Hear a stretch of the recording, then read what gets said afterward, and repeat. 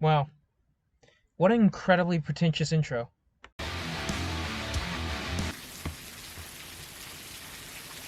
So, I remember it was raining. No, it wasn't. Yeah, no, it wasn't.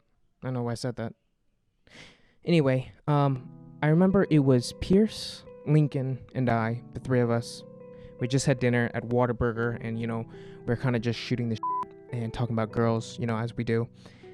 And here's the thing about Lincoln, because he's a man among God. He's a god among men. You know what I mean?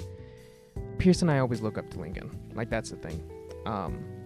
Both because he's 6'3", so we're physically looking up to him, but also figuratively because he's a couple years older than us as well, and I just feel like he's done so much, and that might be another reason why Pierce and I look up to him and hold him in such a high regard, because just how much sex he's had.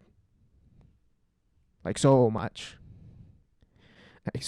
sex. Like, what's scary is just how much sex he's had. Like an entire continent, basically. The stories that I hear are breathtaking, quite honestly. So, and you can just imagine what a man that looks like that, how much he gets, but then triple that number until you reach 6, and then times 9, 69. See what I did there? Okay, so Lincoln, you're a pretty attractive guy. You don't like to talk about the fact that you're a good-looking dude. Like, you're too humble for your own good, and it's annoying. Yeah, I always get like I love hearing it. I'll act like I don't love hearing it, but it's still hard for me in the moment. I know this is gonna put you in a spot. Rate yourself 1 to 10. Go. Oh gosh, 69. You've betted your fair share of women in your lifetime, and you said how you wouldn't you would wait always to lose your virginity when you were in love. Yeah.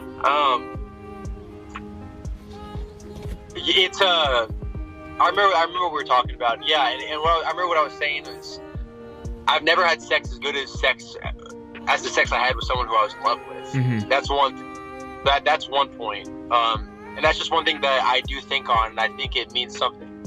That it's got to mean something. That the best sex I've had has been with someone who at the time I was in love with. And yeah, it's fun. It's carnal. It's fun to hook up with girls, and there are times where you'll leave in the morning with freaking play some Hall & Oates. Like, you'll leave in the morning just Big Lebowski punching the ceiling. Yeah. Stoked. Like, great.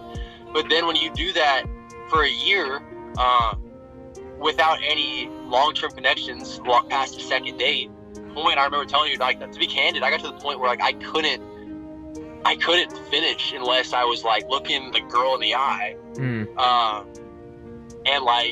at least pretending to be in love. As fucked up as that sounds, you need more emotional connection, because the physical thing is I've seen it all, and I've done it all. Yeah, I've done.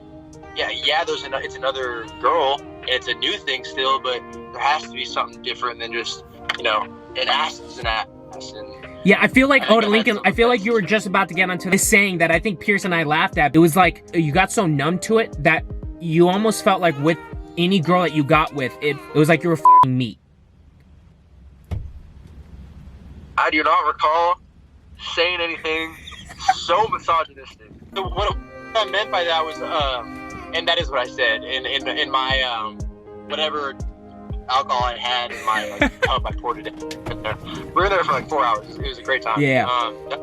Each other. It was awesome. But I remember, what I mean by that, to sound way less crass, is it gets to the point where it's just another ass, and that's not a person with a freaking soul and emotion. So what I'm trying to say is it is kind of a fucked up thing. So I almost need that connection for it to be a good experience for me. Otherwise, it's just a notch in the belt, and I'm just trying to please her. I would much rather just fake orgasm and go and jerk off to the thought later, to be so honest with you. Really? And in non-emotional sex things, yeah, if you do it at some point, it's just another thing. At some point, it's not a special thing anymore. Do you look at a guy, like a married guy who's only slept with one woman? Do you pity him yeah. or? Oh man, that's a great question.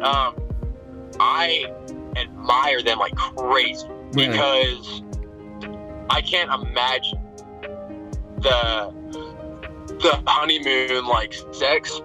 I don't mean the sex. I mean I can't imagine the honeymoon connection and I mean this literally spiritual connection you feel if you're both virgins at a wedding. I can't imagine. This is actually a good point. Before we wrap up, I was on a date in Dallas. You know, in October, one of the times I've seen you. Remember that? Yeah, there was a girl who I don't even say her name, taking her on a date, and I told the buddy who I was crashing at his place, my college buddy, I was like, if this date goes well, then you'll see me at 11, or you'll see me at midnight. If it doesn't go well, I'll see you in the morning. And he was like, what do you mean? I was like, people don't understand. I was like, a good date is not the one night stand. Yeah. That's a bad date. Might as well do it. There's no connection. Boom, might as well do it, which is still not necessarily good, but if it's a good date, man, I'm not sleeping with her. If it's a good date, I'm holding every door, I'm pulling everything out, kissing her on the freaking forehead if I can. Yeah. Like, that's a good date. Yeah. So that's one thing I'll say is like the mindset that guys have, which is taught in movies and pop culture. A good date is going up to her apartment. A good date is you both wanting to go to her apartment and not. That's a good date. So, yeah.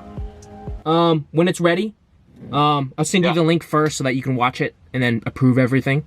So. I mean, edit it how you want, dude. I don't care. Yeah. Whatever I said, I said. So anyway, I was telling her, this girl was like, wow, you've got the biggest